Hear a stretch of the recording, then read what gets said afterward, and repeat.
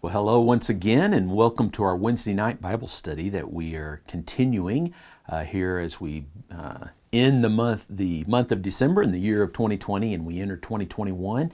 We're going to continue our study of the book of Hebrews.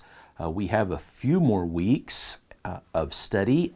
We're just about we've just completed chapter 10, and now we're moving into chapter 11, and so. We'll say a few words about that here in a moment, but first, I hope you had a great Christmas, and as we look forward to the new year and to change that always occurs, and just a reflection back on this last year, I continue to pray that things are going well for you, and we can have a productive study here as together we look at the book of Hebrews. It is an interesting book. I can't help but say the book isn't just about helping some Jews who've become Christians understand that they need to stay faithful to Jesus. It's really also meant to give us this big global picture of the past, the present, and the future with God. It's meant to help us see the kind of the grand design of how God interacts with humans and what He expects from us and how we are to live our lives if we want them to be pleasing to the Lord. And so chapter 11 is such a familiar chapter. Most of us can remember the chapter that's Hebrews 11 more than any other chapter in the book. We think of these great characters of faith in the Old Testament that have lived on before us, and so we know it's about faith. But really, the whole book is about faith. The whole Bible is about faith. Life is about faith.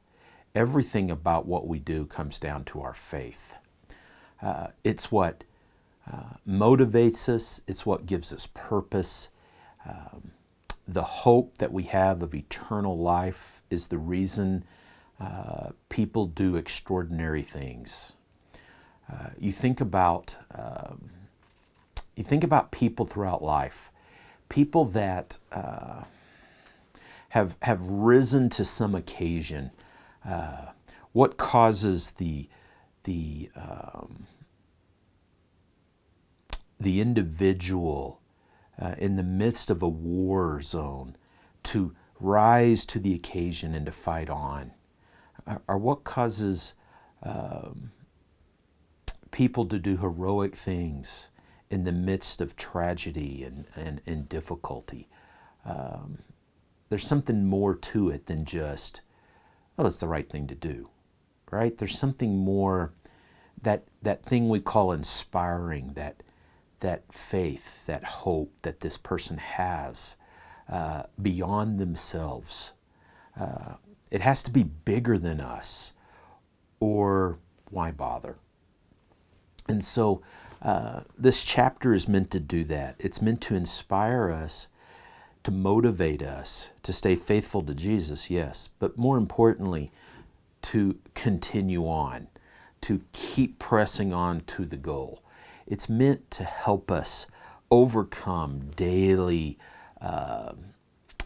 just the daily grind and the things that come up, yes, but it's also meant to help us overcome those big things in life that hinder us.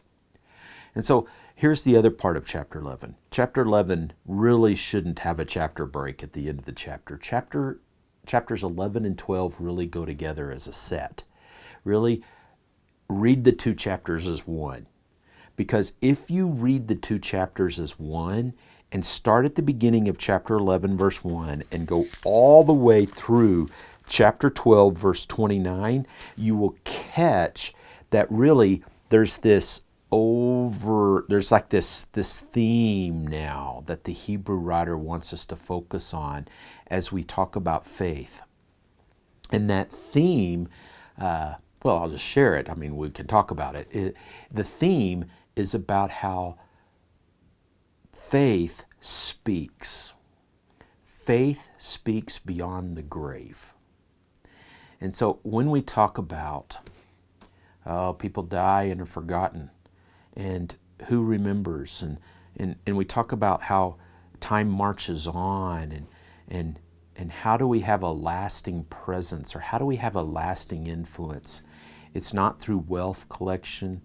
It's not through things we've done here on earth as far as invention or making money or any of that. There's really only one way we speak for eternity, and that's through our faith.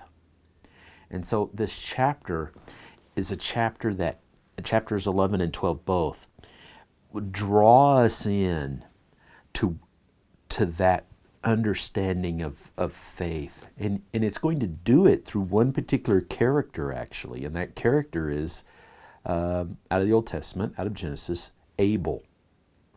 And so if you look closely, you'll notice that Abel is actually the bookends of the two chapters. That his blood that was shed from his evil brother form these bookends to this concept of faith. And so the Hebrew writer is simply encouraging us, look at Abel. His blood still speaks to this day. Why? Because he lived by faith. So by faith, even though he's dead, his faithfulness still speaks. And his faithfulness is saying, stay faithful. His faithfulness is saying to us, it's worth the cost. It's like he's crying out from the grave through his faithfulness. Keep on staying faithful. And so the book is meant, yes, these chapters are meant as an encouragement. They're meant as a review of how we continue on, even past death.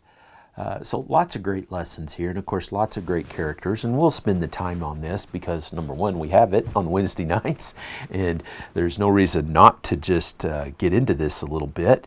And secondly, it's worth it. It's just worth it to get into chapters 11 and 12. And so I'm going to try to, from time to time, step back and discuss the big picture once again, to help you see how these two chapters actually go together, and that the thought is one thought. It's all about consider faith. And so let's think back for a moment. What has the Old Testament taught us? What do we know from Romans? We know from Romans that Abraham lived by faith. The father of Israel, the father of the Jewish nation, lived by faith. And so there's never been a difference. God's never not desired faith. The law itself, Habakkuk 2:4, as we've seen, says the righteous will live by faith. So we know that the law taught it. The people who helped bring the law to creation, Moses, of course Abraham, bringing the nation together, they all believed the same thing, that the righteous will live by faith. And so we know that's true, and we know that's the underpinnings of our, of course, faithfulness and our view of how we relate with God. But it's also what this chapter is all about, chapters 11 and 12. He's just trying to help us see that's the way everybody's always lived who are faithful to God. It's like the righteous always live by faith. It's just the way it works. But faithfulness, again, faithfulness is the thing that makes everything worth it. It's the thing that makes everything, the cost that's involved with whatever it is we decide to do, worth it. There's so many things out there, right? There's so many ways we could live our lives. There's so many reasons not to serve the Lord. There's so many reasons not to sacrifice our lives for this cause. And so the only thing that's going to get us through those dark days is faithfulness. You know, I was thinking about that with some of our different folks that are working here at Longmont Church of Christ. You know, we have people, and with the church and Hope Light. We have lots of people working, and it's easy to think sometimes, oh, well, that person, they have all of this, whatever it might be, these blessings that we perceive and think, it's so unfair, and they've got all these blessings, and, it's just not right, and they get to enjoy life like they do, and other people don't. But then you step back for a moment and you think, that person spent years and years preparing. They spent years studying whatever it is their field is about. The years of just, right? You think about what it takes nowadays to, become a doctor. And you think, a doctor basically doesn't even start practicing till their early 30s. Well, why? Because they spend their first 32 years of life studying, right? Studying, working, through their rotations, through their clinicals. They've got tests to take and people to work with, and they work with experienced doctors to gain experience. And then there's the years of working through books, and then the years of working on through bodies and anatomy, and just on it goes. And you think that's a pretty high price to pay. And so what keeps them going? Right? There has to be a purpose behind all of that. There has to be something more than just, I just want to learn these things, right? And that's so true with any endeavor that's difficult, with any endeavor that's worth completing. It's got to be bigger than ourselves. It's got to be something just that goes beyond us. And so this chapter is meant to convey that concept. And again, it's the blood of Abel that bookends these two. He's saying Abel did what was right, and he paid the ultimate price for it. And that speaks even today. It's like men and women that pay the ultimate price for what is good, following God, trusting in Jesus, and paying that price for their faithfulness is actually what continues on. And so you think about, well, how do I have a legacy? How do I leave a legacy for future generations? It's not through a big foundation with lots of money. It's not through a discovery of something. It's not even through some invention of some cure that will help a lot of people. Really, your legacy is through your faithfulness. And so these people, these men and women of chapter 11 here, testify to that point. And then as we march through chapter 12, he's going to build on that concept. And then chapter 13 tells us, okay, because it's that way, what should we do? Which we'll get to not for a while. So let's just read the first few verses now of chapter 11. We'll kind of zoom in now to the specifics, and we'll not get very far, of course. We'll only get through about verse 4 this time. So chapter 11, verse 1. Now faith, what is faith? He says, this is what faith is. Remember the last verse, the last chapter, he said, for we are not among those who shrink back and thus perish, but are among those who have faith and therefore preserve their souls.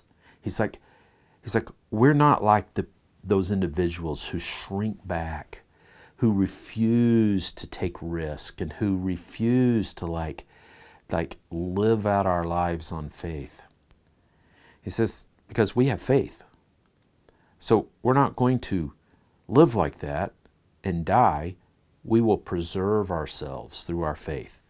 Now he explains. Chapter 11, verse 1. Faith is being sure of what we hope for, being convinced of what we do not see. For by it the people of old received God's commendation. By faith we understand that the worlds were set in order at God's command, so that the visible has its origin in the invisible. So lots of great things that we could unpack, even in those first 3 verses. So first he gives us a definition. Faith is being sure of whatever it is you hope for. It's being convinced of what I do not see. Lots of illustrations, right? I have faith in the airline pilot, so I have faith that this plane is going to land at its destination without hurting me. That's what I hope for. And faith is being sure that that will happen. How do I know I'm convinced in that pilot will take this plane and land it safely at its destination? Well, I know I'm convinced because I get on the plane and I fly. And so I've taken my faithfulness and I've banked on it, right? I'm convinced it's true, so therefore I change my behavior because of it. I go ahead and get on the plane and I fly and I land at the place. And that's the way faith works in all arenas. If I'm convinced by my faith that this is true, then I go ahead and do it, even if it's detrimental to me physically, right? If I believe in what I cannot see, whatever that might be, then if I live my life in such a way that shows that, then I am convinced, right? I have been convinced. And so faith is very strong, isn't it? Again, it's like the thing that motivates people. It's the thing that causes people to do things beyond their capability. It's the thing that, I think of these great stories, right? Why would people do heroic things? It's not because they're told to do it. It's because they have to have faith in something that's then convicted them that they must act. And so he goes on, verse 2. It's the only way that people of old, people in the Old Testament, received God's commendation. So he just reminds us, no one has ever been commended by God because they followed the law completely. Other, of course, than Jesus Christ. No one is like, oh wow, look at him. He obeyed the law all the way to taking care of his spices each week.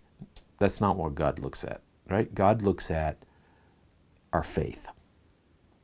And so, verse 3, a little twist in there for us. By faith, we understand that the worlds were set in order at God's command. So even creation is by faith. You and I weren't there at the beginning.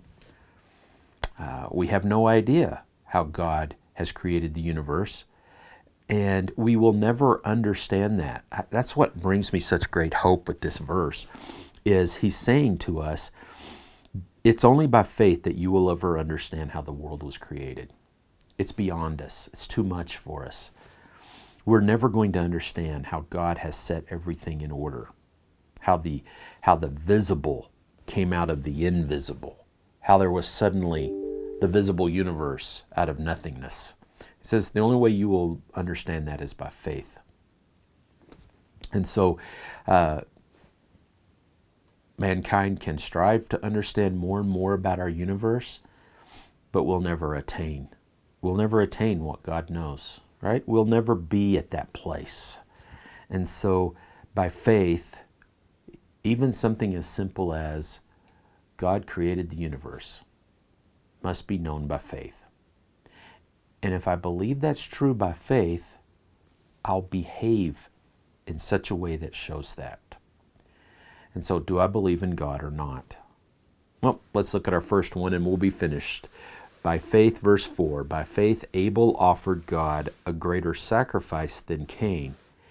And through his faith he was commended as righteous, because God commended him for his offerings.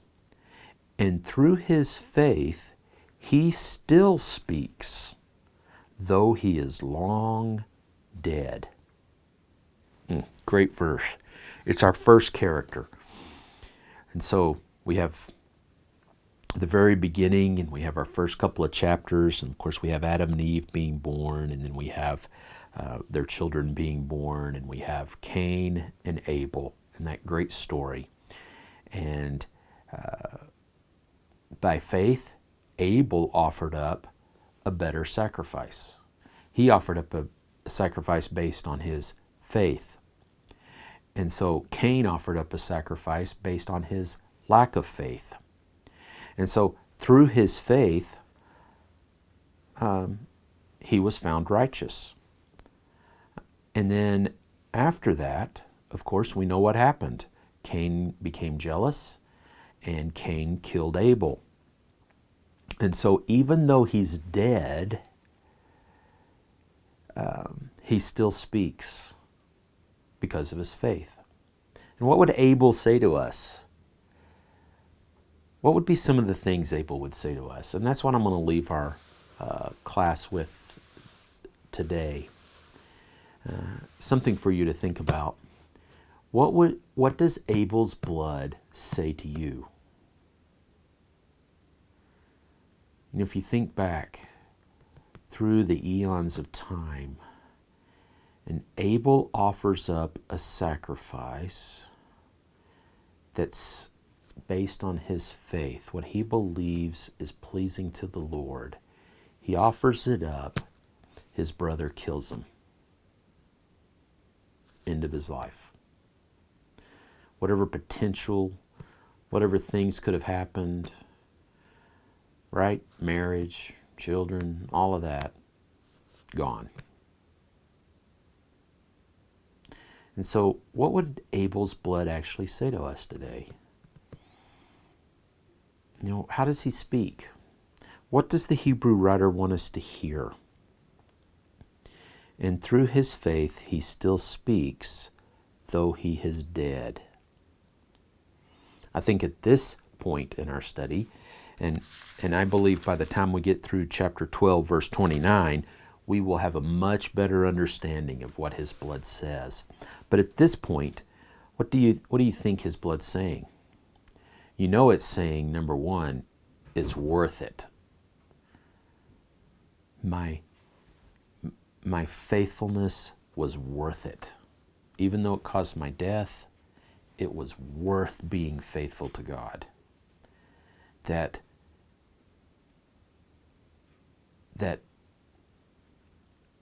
it's what made life worth living. Maybe that's the way to say it. I think the Hebrew writer would have us think about some other things too. I think the Hebrew writer would say his faithfulness gave him purpose.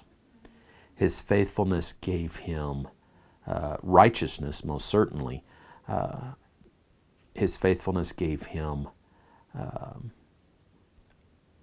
a sense of being alive, a sense of hope, a sense of like living.